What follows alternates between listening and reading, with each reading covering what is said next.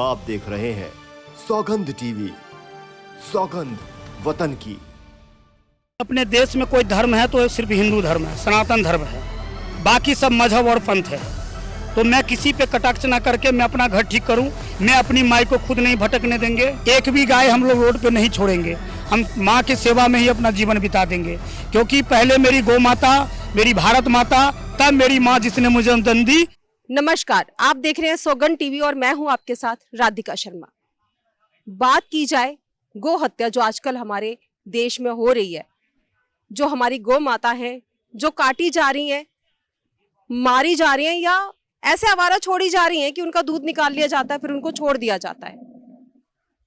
उसी विषय पर चर्चा करने के लिए आज हमारे साथ हैं आचार्य संजीव जी।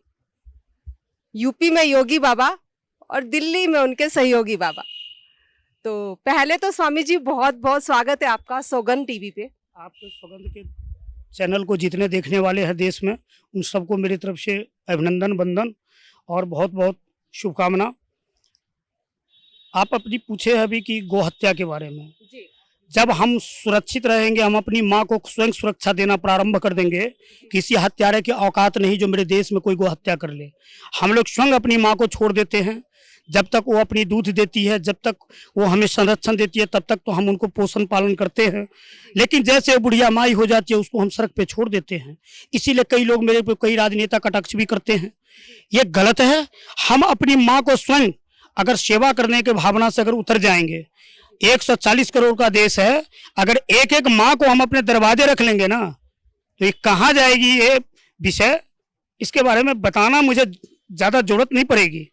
सारे सेवा ही सेवा, और गौ माता ही ऐसी है जो हमें जब हम जन्म लेते हैं तब भी वो कार्य करती है, मुझे पोषित करती है, और जब हम चले जाते हैं तब भी मेरे श्राद्ध कर्मों में उन्हीं की गौ मूत्र, गोबर, घी, दूध, दही, हमें स्वर्ग जाने के भी, मोक्ष की प्रदायिनी में भी उनका कार्य जाता है जी।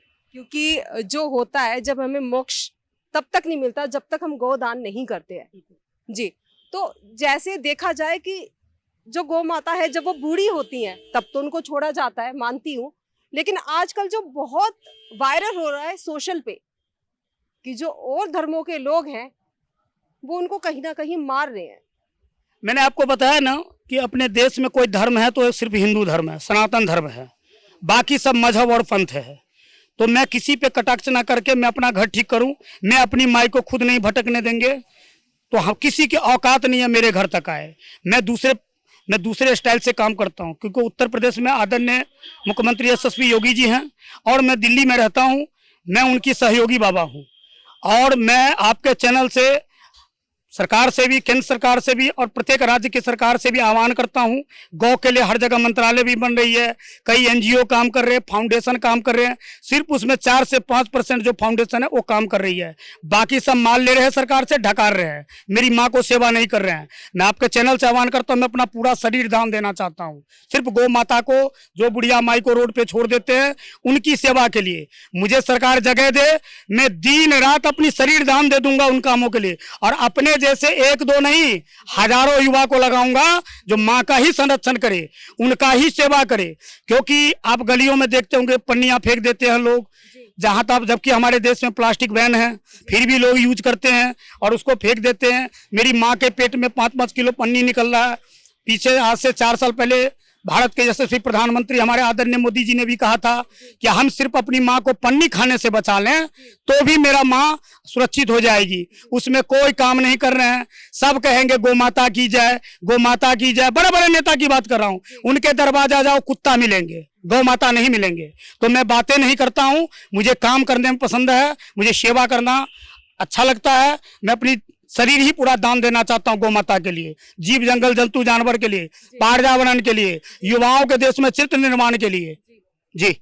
तो किस तरह के कदम उठा रहे हैं आप इनकी रक्षा के लिए, संरक्षण के लिए? अभी मेरे पास वृंदावन से 6 किलोमीटर पहले अभी एक जगह मुझे महात्मा जी ने मुझे बताया कि आप बाबा जी यहाँ के सेवा करिए। वहाँ 400-450 गायें हैं, आप चाल के देख सकते हैं। हम उनको जैसे तैसे करके, इधर उधर करके, हाथ पैर जोड़ के, अपना पूजा पद्धति से जैसे तैसे मैं उनको सेवा कर रहा हूँ। और मुझे वहाँ 400 गाय में आनंद नहीं आ रहा है, मुझे वहाँ 4 लाख गौ माता चाहिए। मैं उनका सेवा करना चाहता हूँ। जो एनजीओ को फंड दे रहे हैं या किसी को मेरे उस माध्यम से हमारे यहाँ सरकार मदद करे, वो डेली हिसाब ले सकते हैं, हफ्ता में ले सकते हैं, 15 दिन पे ले सकते हैं, महीनों में ले सकते हैं। 1 रुपये की कभी अगर माई के रोटी में अगर कहीं माई की चारा में अगर कहीं कोई गड़बड़ी मिले, मुझे सूली पे टांग दिया जाए। मैं खुद आह्वान कर रहा हूँ, एक काली मंदिर से आह्वान कर रहा हूँ। बाकी लोग जितने ये फंड ले लेके घूम रहे हैं, वो फंड भी ले रहे हैं, मेरी माँ को रोड पे छोड़ के दंड भी दे रहे हैं। ऐसे लोगों को माँ कभी माफ नहीं करेगी। ये बात हुई गौशाला की। दिल्ली में भी बहुत सारी गौशालाएं, देश में बहुत सारी गौशाला है, वो बहुत करते भी हैं उनके लिए। लेकिन कुछ ऐसे भी हैं जिनका काम ही है गाय पालने का, उनसे दूध लेने का और बेचने का, जो व्यापार चलाते हैं दूध का। वो भी अपनी गाय को सुबह दूध लेने के बाद छोड़ देते हैं जी। तो उनके लिए क्या कहेंगे आप? देखिए, जैसे आसपास में जब छोड़ देते हैं जो गाय को दूध निकालने के बाद, तो जैसे गलियों मोहल्लों में, तो अपना देश बताया ना आपको, सनातन धर्म संस्कृति का देश है। हर घर से कुछ ना कुछ माँ को 1-2 रोटी मिलती भी है, ऐसा नहीं है। और जो दिल्ली वगैरह में या कहीं भी गौशाला, ऐसा मैंने नहीं बोला कि कोई सेवा, फिर इतनी गायें माता के संरक्षित होते कैसे? सेवा हो रही है, लेकिन 10 से 15% से 20%, बाकी 80% लोग कागजों में घुमा के फर्जी काम कर रहे हैं। मैं इन लोगों से आग्रह करूंगा कि वो अपनी शरीर को मेहनत करके कमा के खाएं, गौ माता का सेवा के लिए हम जैसे लोगों को ले आए, वो अपनी ही गौशाला पे ले चले, वहीं करेंगे सेवा, कोई दिक्कत नहीं है, हम लोग को कुछ नहीं चाहिए। मैं आपसे ये जानना चाहती हूँ, मान लीजिए कोई व्यक्ति है जिनके पास 4 गाय है, जिनका काम ही है गाय पालने का, उनके जीविका चलती है, घर की काम है दूध बेचने का, वो भी अपने गाय को ऐसे ही छोड़ देते हैं आवारा दिन में।